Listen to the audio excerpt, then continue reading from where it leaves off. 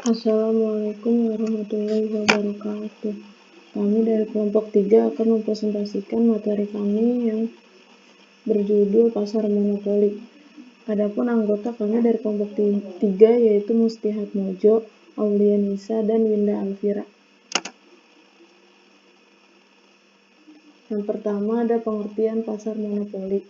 Pasar monopoli adalah bentuk pasar di mana hanya ada satu penjual dari suatu barang tertentu untuk mana tidak ada barang pengganti yang baik. Produk yang dijual oleh monopolis harus jelas berbeda dari produk lain yang dijual dalam pasar. Berubahnya harga-harga dan output dari barang lain yang dijual dalam pasar tidak mempengaruhi monopolis dalam menentukan harga.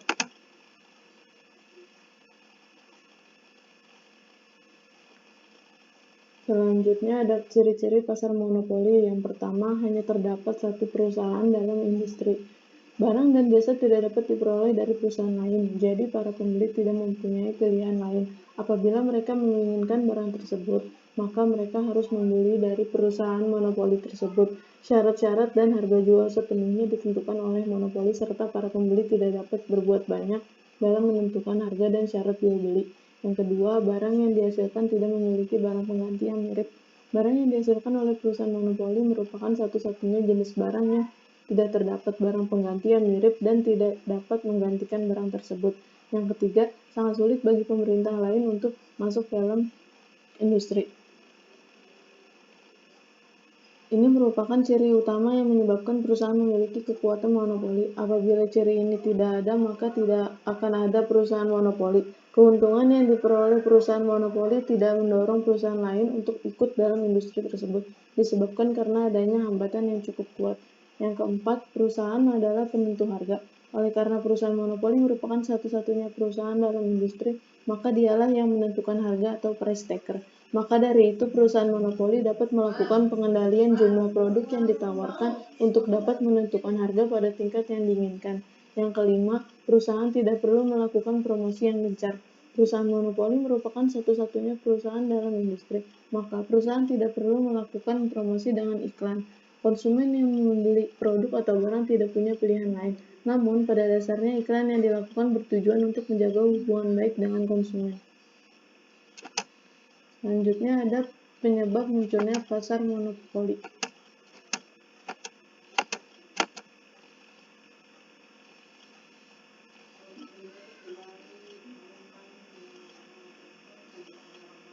Yang pertama, penguasaan sumber daya. Penguasaan sumber daya berpotensi menyebabkan monopoli. Dalam kondisi ekonomi dewasa ini, dengan berbagai sumber daya yang dimiliki oleh banyak orang yang diperdagangkan secara internasional, maka ruang lingkup alamiah dari pasar adalah seluruh dunia.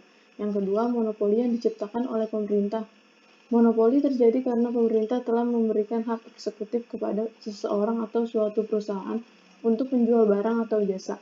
Hak paten dan hak cipta timbul karena merupakan dua contoh penting tentang bagaimana pemerintah menciptakan monopoli dalam upaya untuk memenuhi keinginan pabrik. Hak paten adalah monopoli berdasarkan hukum karena pengetahuan kemampuan khusus yang menciptakan daya monopoli secara teknik. Yang ketiga ada monopoli alamiah.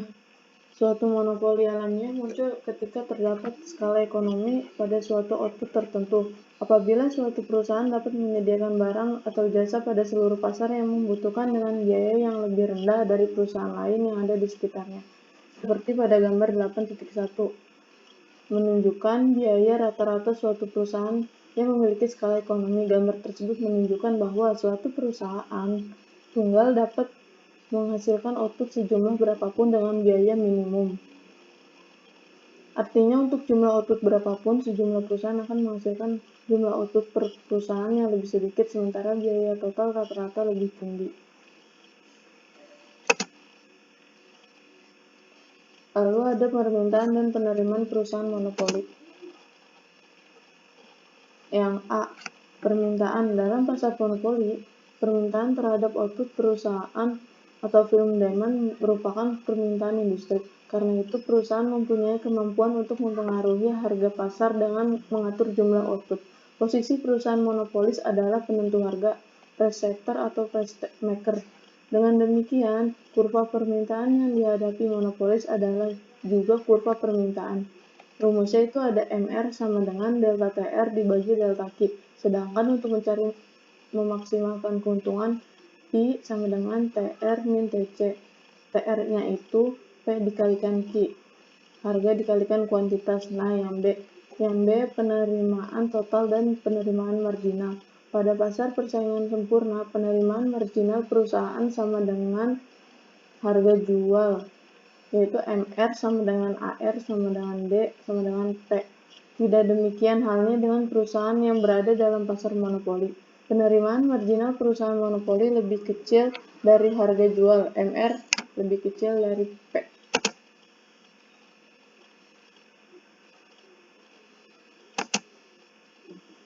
Selanjutnya ada diagram kurva MR dalam perusahaan monopoli. Diagram ini menunjukkan bahwa untuk meningkatkan output yang dijual dari Q1 ke Q2, perusahaan harus menurunkan harga jual dari P1 ke P2. Penurunan harga jual menyebabkan penerimaan total TR berkurang sebanyak luas daerah segi 4A. Penambahan jumlah output menambah TR seluas daerah segi 4B. Dengan demikian, MR sama dengan min A plus yang nilainya lebih kecil dari harga.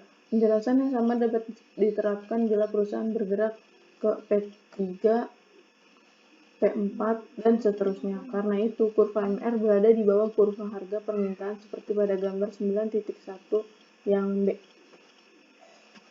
MR berada di bawah kurva harga permintaan yang ini. Selanjutnya ada keseimbangan perusahaan dalam jangka pendek.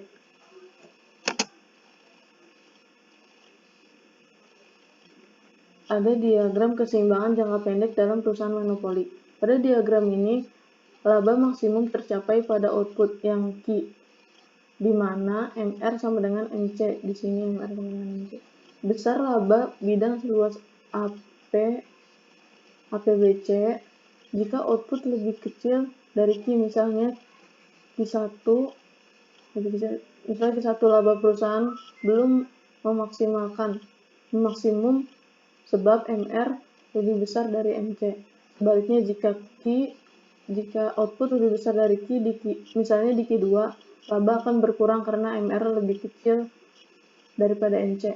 Selanjutnya ada keseimbangan perusahaan dalam jangka pendek. Perusahaan monopoli tidak mempunyai masalah besar dengan keseimbangan jangka panjang, selama dalam jangka pendek memperoleh laba maksimum. Keseimbangan jangka panjang akan menjadi masalah bila dalam jangka pendek perusahaan mengalami kerugian. Saat ini, daya monopoli pembuatan jam tangan dikuasai perusahaan-perusahaan jam di Jepang yang mau memanfaatkan teknologi digital. Selanjutnya ada daya monopoli atau monopoly power, yaitu kemampuan perusahaan melakukan eksploitasi pasar dalam rangka mencapai laba maksimum hanyalah sebatas kemampuan mengatur jumlah output dan harga. Daya monopoli dikatakan makin besar bila keputusan harga dan output perusahaan makin sulit dilawan oleh pasar.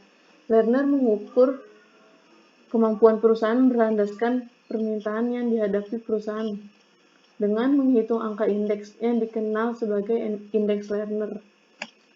Rumusnya itu ada L sama dengan P dikurang MC dibagi dengan P, di mana L sama dengan indeks Lerner, P harga output, dan MC biaya marginal. Selanjutnya ada kerugian pasar monopoli. Yang pertama, hilang atau berkurangnya tingkat kesejahteraan konsumen. Yang kedua, menimbulkan eksploitasi terhadap konsumen dan pekerja. Monopoli menimbulkan eksploitasi baik terhadap konsumen maupun terhadap tenaga kerja. Eksploitasi ini timbul karena monopoli selalu berproduksi, baik dalam keadaan memperoleh laba maupun menderita rugi, pada harga yang lebih tinggi dari biaya marginalnya. Yang ketiga, memburuknya kondisi makroekonomi nasional. Jika di setiap industri muncul gejala monopoli, maka secara makro jumlah output atau real output akan lebih sedikit daripada kemampuan sebenarnya atau potensial output. Volume produksi dalam perusahaan monopoli memang lebih sedikit dari volume output yang optimum, yaitu yang dihasilkan pada AC yang minimum, sebagaimana yang terjadi pada perusahaan-perusahaan dalam pasar persaingan sempurna dalam jangka panjang. Monopoli selalu berproduksi pada tingkat output di mana AC-nya tidak minimum. Selama kurva permintaannya berbentuk menurun, maka perusahaan akan selalu memilih tingkat output pada saat AC yang menurun. Yang keempat, memburuknya kondisi perekonomian internasional. Tuntutan perdagangan bebas diakui dapat meningkatkan efisiensi, tetapi optimisme terhadap perdagangan bebas harus ditinjau ulang, karena fakta menunjukkan bahwa perusahaan-perusahaan yang besar, terutama MNC, telah menjadi perusahaan monopoli alamiah, karena sahamnya dimiliki pihak swasta. Tujuan perusahaan ini adalah memaksimalisasi laba. Adapun keuntungan dari pasar monopoli, yang pertama, monopoli, efisiensi, dan pertumbuhan ekonomi. Dibandingkan dengan perusahaan yang bergerak dalam pasar persaingan sempurna, perusahaan monopoli mempunyai kelebihan, yaitu mampu mengakumulasi laba supernormal dalam jangka panjang. Kemampuan ini sangat dibutuhkan agar mampu membiayai riset dan pengembangan dalam rangka mendapatkan teknologi baru atau menyempurnakan teknologi yang sudah ada, guna meningkatkan efisiensi. Yang kedua, monopoli dan efisiensi pengadaan barang publik. Tidak semua barang dapat disediakan secara efisien lewat pasar. Barang itu umumnya dikenal sebagai barang publik atau public goods, yang sepintas telah dibahas dalam bab 2. Harus diakui bahwa barang publik dapat menimbulkan ketidakefisienan pasar atau market failure. Namun, harus diakui juga bahwa barang publik juga dapat menimbulkan eksternalisasi menguntungkan yang memacu kegiatan ekonomi, terutama investasi. Adanya investasi memungkinkan pertumbuhan ekonomi. Yang ketiga, monopoli dan peningkatan kesejahteraan masyarakat. Perusahaan monopolis jika dibiarkan memang dapat merugikan karena memproduksi barang lebih sedikit dan menjual lebih lama. Namun, dalam pembahasan tentang diskriminasi harga maupun kebijakan pengaturan harga dua tingkat atau two-tier pricing, monopoli dapat digunakan untuk meningkatkan kesejahteraan masyarakat. Kebijakan diskriminasi harga memungkinkan masyarakat kelas bawah yang menganggap rekreasi merupakan barang mewah, menikmati rekreasi pada saat-saat tertentu dengan harga lebih murah. Kebijakan harga dua tingkat memungkinkan dilakukannya peningkatan output melalui subsidi silang.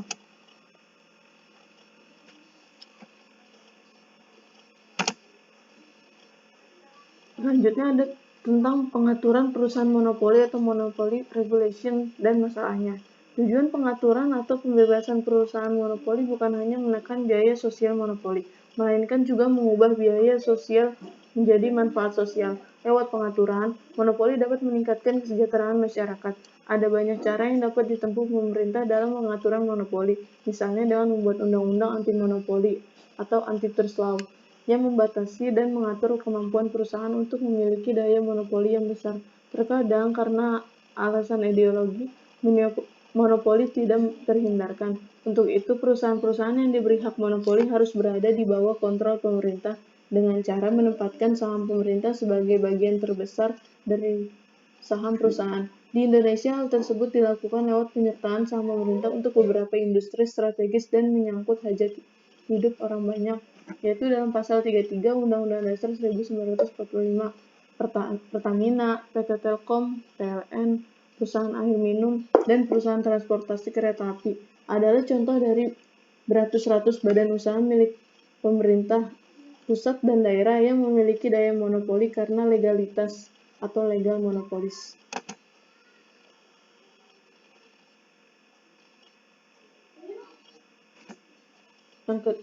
Ada dua cara lain yang akan dibahas secara rinci antara lain, yaitu yang pertama pengaturan harga atau price regulation.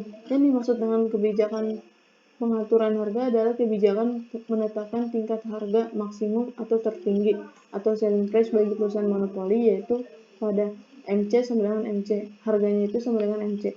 Jika perusahaan monopoli menjual di bawah harga maksimum, tidak dikenakan sanksi. Tetapi jika menjual melebihi harga tinggi, perusahaan dikenakan sanksi. Tujuan yang ingin dicapai dari pengaturan harga adalah membatasi perilaku eksploitasi keuntungan yang cenderung memproduksi dengan jumlah lebih sedikit dan menjual dengan harga yang lebih tinggi dibanding jika perusahaan beroperasi dalam pasar persaingan sempurna. Dengan pengaturan harga ini, pemerintah memaksa perusahaan untuk berperilaku seolah-olah beroperasi dalam pasar persaingan sempurna, di mana MP sama dengan MC. Yang kedua, pajak atau taxation.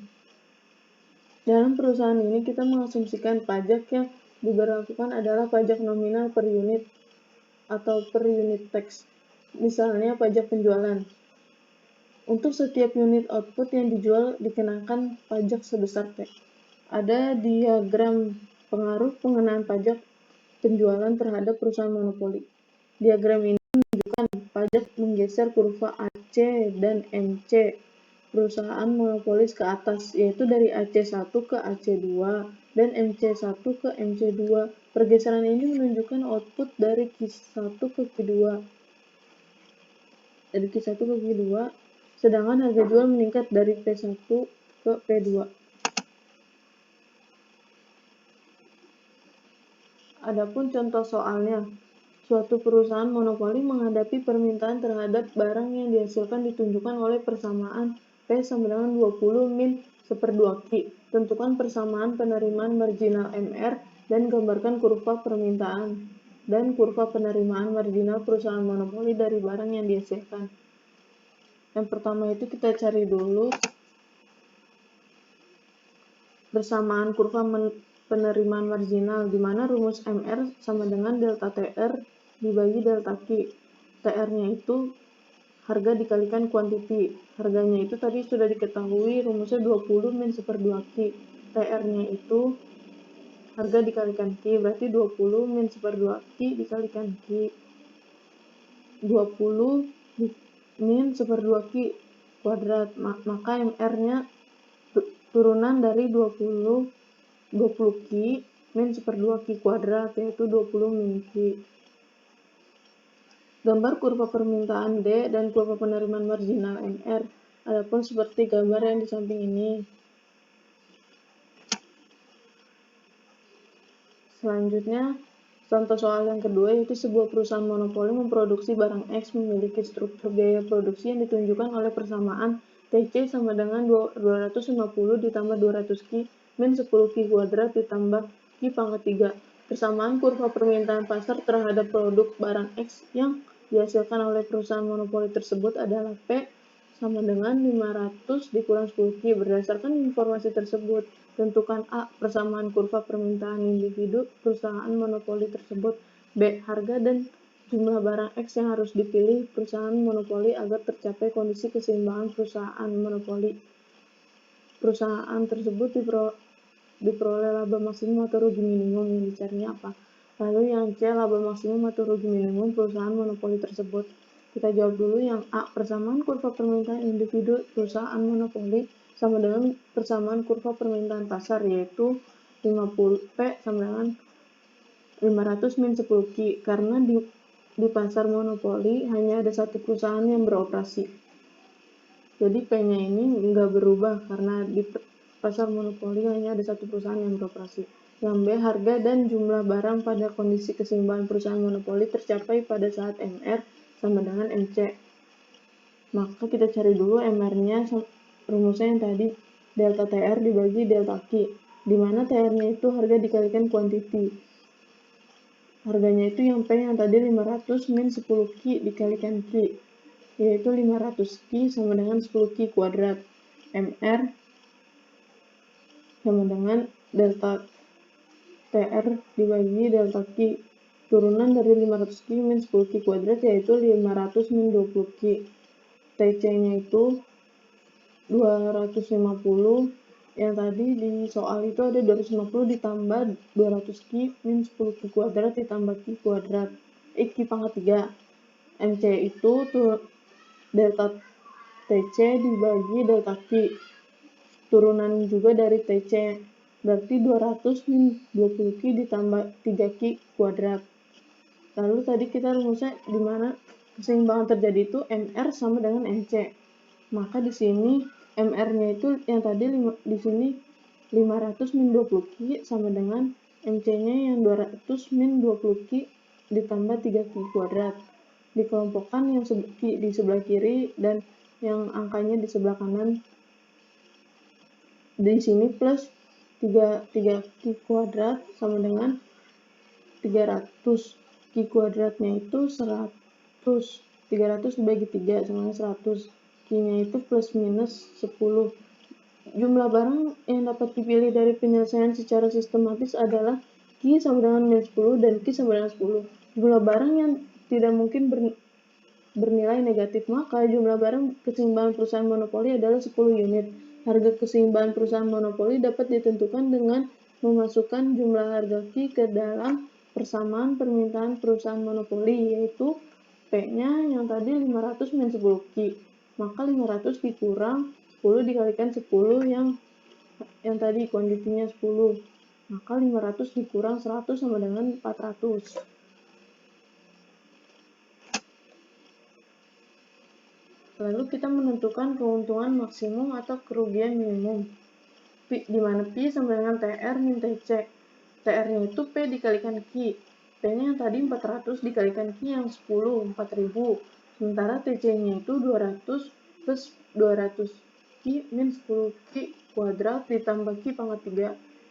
Kita masukkan Q-nya 250 ditambah 200 dikalikan 10 min 10 dikalikan 10 kuadrat ditambah 10 pangkat 3. Hasilnya itu 2250. Lalu kita cari aja yang tadi TR dikurang TC. Maka 4000 dikurang 2250 yaitu 1750. Besarnya Pi adalah positif. Ini berarti perusahaan monopoli memperoleh keuntungan maksimum pada produksi barang X sebanyak 10 unit dan harga barang X sebesar 400. Terima kasih, mungkin itu saja yang dapat kami sampaikan. Kurang lebihnya mohon maaf. Wassalamualaikum warahmatullahi wabarakatuh.